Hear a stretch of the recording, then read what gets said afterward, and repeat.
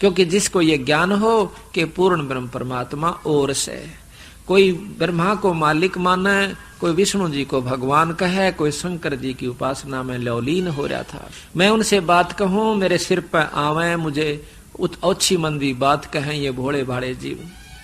मुझे बड़ा दुख भी आवे कि देख काल तने चाले कर रखे, आप भगवान बन बैठा और असली परमात्मा को छुपा दिया। किसको कहिए पुरुष उपदेशा, और सो तो अधिको यम को भेसा। अब किसने कहूं वो ज्ञान जो इस बात ने सुन ले, वह सतपुरुष पूर्ण ब्रह्म की ने। यहाँ तो सब काल का भेष है, सब काल की व्यवस्था है। जो घाती ताको विश्वासा, और जो रख सकता ही बोलने उदासा। ये भोली भाली आत्मा के जो घातक है, जो तू इनको मार के खाता है, उस पर तो विश्वास कर रखा, और मैं बचान के लिए आता हूं, इनको यहाँ से छुटवान के लिए आऊं सू, और मेरे साथ ये रहे उदासा। काल ने इसी चाबी भर रखी है कि यह बात नहीं सुन ले जो यू कैसे ये गलत सारी झूठ से। जाहि जपै सो जीव दर खाई, और तब मम शब्द चेत चित आई। जिसको जपे उस वही तो इनको धर के खाता है, और तब मम शब्द चेत नहीं आई, और मेरे शब्द की इनको ज्ञान नहीं बेचारों को।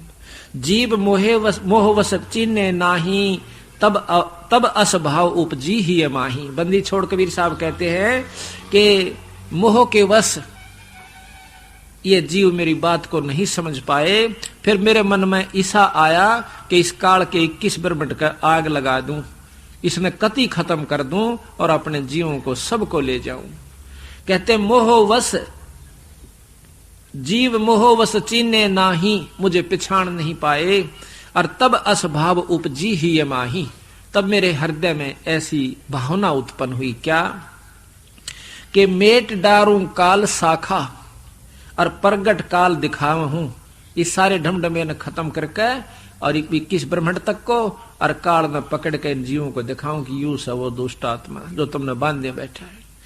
मेट डारूं काल शाखा, प्रगट काल दिखाव हूं, और लेऊं जीवों को छोड़वा यम सो, अमर लोक पठाव हूं।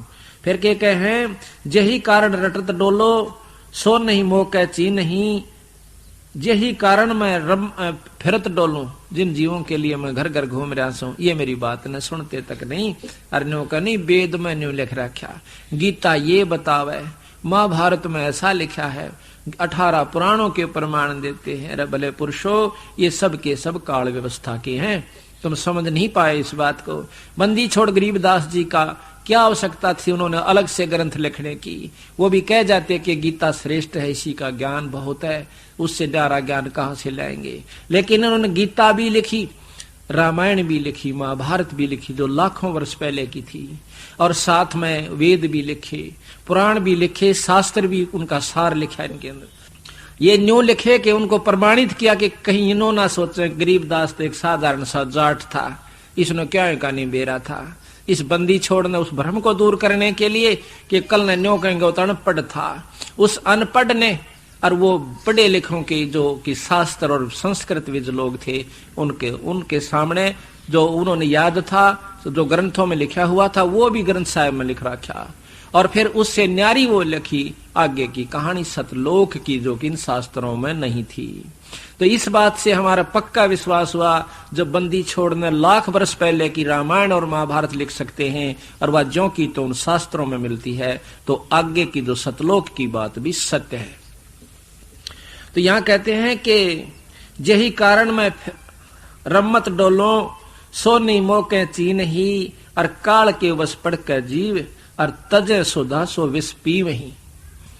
ये काल के वश होकर ये जीवात्मा अमृत को छोड़कर तज सुधा विष पी वही, और जहर पीरे से कितनी बार मर लिए, असंख्यों बार कुत्ते बनाए इस काल ने, असंख्यों बार गधे और गधी बनाया हमारे को, और फिर हम पढ़ते हैं, हम उसी का ज्ञान और उसी की चर्चा के अंदर लवलीन होकर के मर जाते हैं, फिर कुत्ते और गधे की जुनिम चले जाते हैं।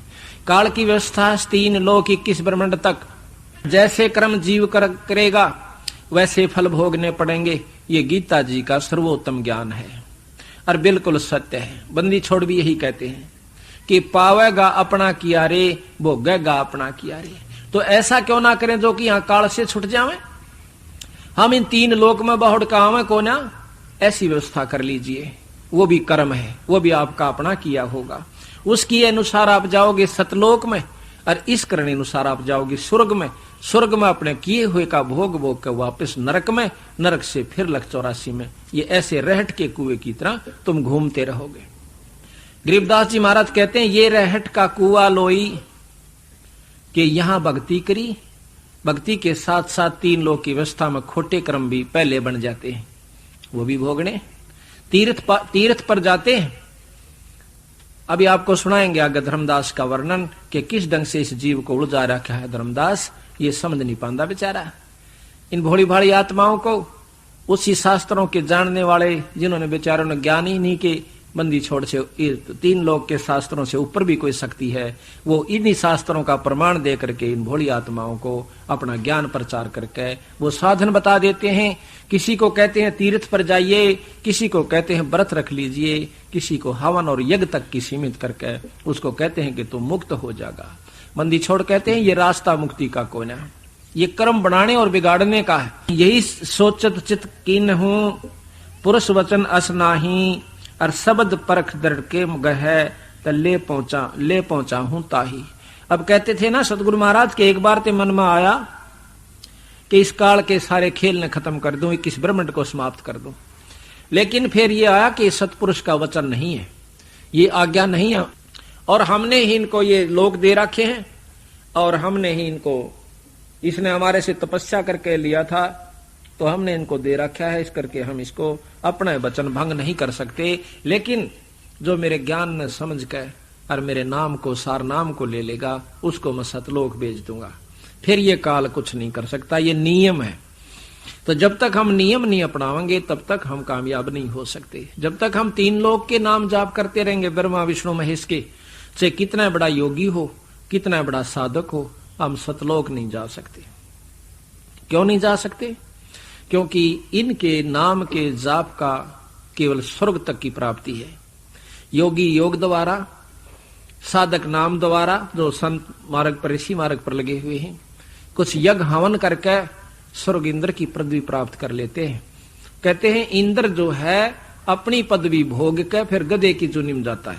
100 मन की 100 यज्ञ की जावे और फिर उसको इंद्र की पदवी प्राप्त हो, और 288 युग तक, 72 चौकड़ी युग तक इंद्र का राज वो जीव भोग के और फिर वापस मृत मंडल में गधे की जुन्नी में आ जाता है। अब बताइयो बंदी छोड़ क्या कहना चाहते हैं कि यज्ञ की 100 मन की यज्ञ की और 100 की, उसके बाद क्या मिला? इंद्र का राज। उसके बाद के मिला? गधे की जुन्नी। तो बंदी छोड़ गरीबदास जी कहते हैं इंद्र दा राज काग दा बिष्टा। ओए होए होए, जब ये ज्ञान हो जाएगा, जब तेने कहे इंद्र का राज भी काग की बींट है हमारे साधक के सामने, हमारे नाम के सामने, हम तो वहां जाएंगे सतलोक के अंदर, जहां पर जाए पाछा जीव ने दोबारा इस गंदी गलगस में नहीं आना पड़ता। अब यहां आप आए थे, क्या हमें मालूम था हमारे कौन बच्चे होंगे, कौन हमारे रिश्तेदार होंगे? ये सब तक जुगाड़ अपने कर्म अनुसार जुड़ता जा रहा है और मोह और प्रेम आपस में फंसता जा रहा है।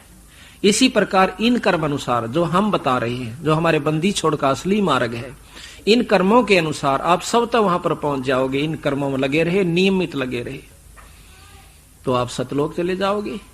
सतलोक की व्यवस्था बहुत सुंदर है। इसका प्रकरण करते हाना भी जो है ना रोम रोम खड़ा हो जाता है कि वहां पर कितना सुख, कितना आनंद है। पर उसका असली आभास उसी को होगा जो वहां तक पहुंच लेगा।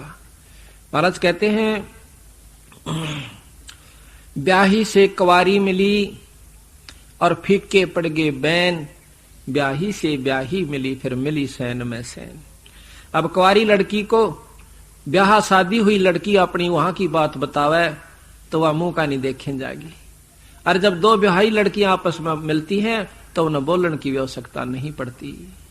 इसी प्रकार वहां का जो आनंद है सतलोक का, उस सुख को सतगुरु महाराज कहते हैं वही ज्यादा महसूस करेंगे जिन्होंने उस सुख को प्राप्त कर लिया। इसी प्रकार हम आपको बताएंगे, आपका यकीन जरूर होगा कि ये वहां होकर आया है, उनको ज्ञान है, तो ये बता रहा तो बात तो यही पाओगी, पर उतना आनंद नहीं आवेगा। पर सच्चाई मानना इस बात को, ये सत्य, क्योंकि बंदी छोड़ की वाणी और प्रमाणी तथा आंखों देखी हम आपको बता रहे हैं।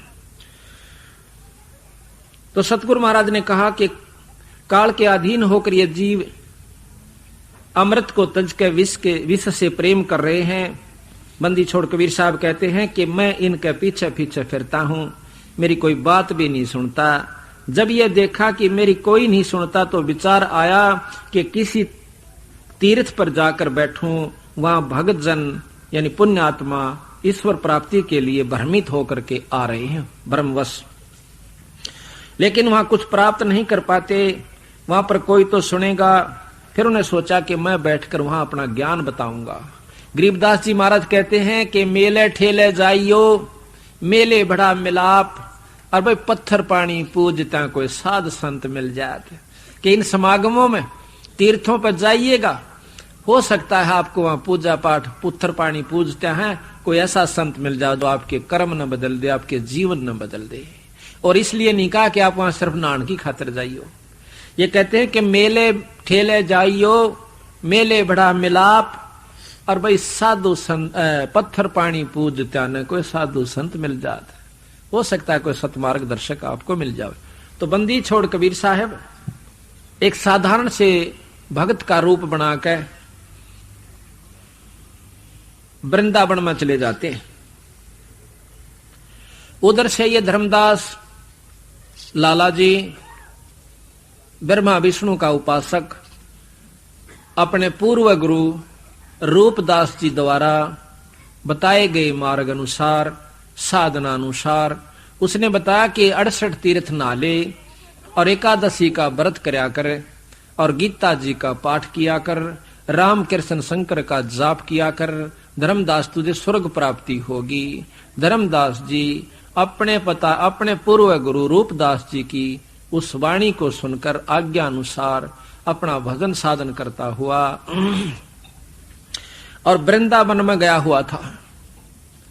बंदी छोड़ ने सोचा कि इससे बढ़िया मौका और कितना नहीं। सतगुरु महाराज कबीर साहब पूर्ण ब्रह्म परमात्मा अपना एक भोले से भगत का रूप बना के और वहां जा बैठे। कबीर साहब के उसको देख करके रूप को धर्मदास महाराज की दोनों आपस में आमने सामने बैठ जाते। और धर्मदास ने क्या कर रखा, 12 तिलक लगा रखे माथे पे, गल में कई माला डाल रखी, गीता जी साथ में, कृष्ण जी की मूर्ति सालग्राम भी से साथ ले रखा। कबीर साहब ने देखा ये क्या क्रिया करता है। सुबह स्नान किया, सालग्राम पर नहाए, उसकी पूजा करी, टीका तिलक किया, फिर आरती उतारी उस पत्थर की मूर्ति जो जोड़े में ले रहा था, बैग में रखी हुई थी। उसके बाद गीता जी का पाठ किया। फिर सतगुरु महाराज उसको देखते रहे दूर तक बैठ के, और धर्मदास भी देखता रहा कि भगत देख रहा बड़े ध्यान से। थोड़ी देर में बंदी छोड़ कबीर साहब धर्मदास के पास आकर बैठ जाते हैं।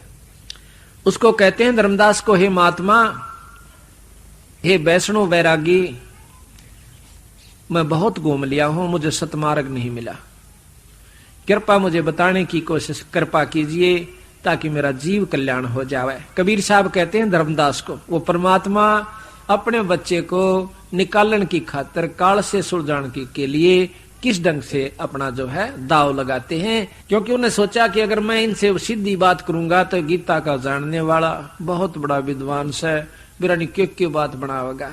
तो बंदी छोड़ एक भोले से भगत के रूप में उससे बातचीत करते। मथुरापुरी में पहुंचे हुए थे। महाराज सोचते हैं कि यदि एक आत्मा भी मुक्त होगी तो मानो 1 करोड़ गऊ कटने से बच गई, इतना पुण्य होता है। एक भक्त भी सतगुरु शरण में आ गया तो उसको इतना पुण्य होगा जो उसको लाने वाला है जैसे करोड़ गऊ हत्थे में कटती हुई बचा दी हो। यह सोचकर मैं मथुरापुरी में प्रकट हुआ।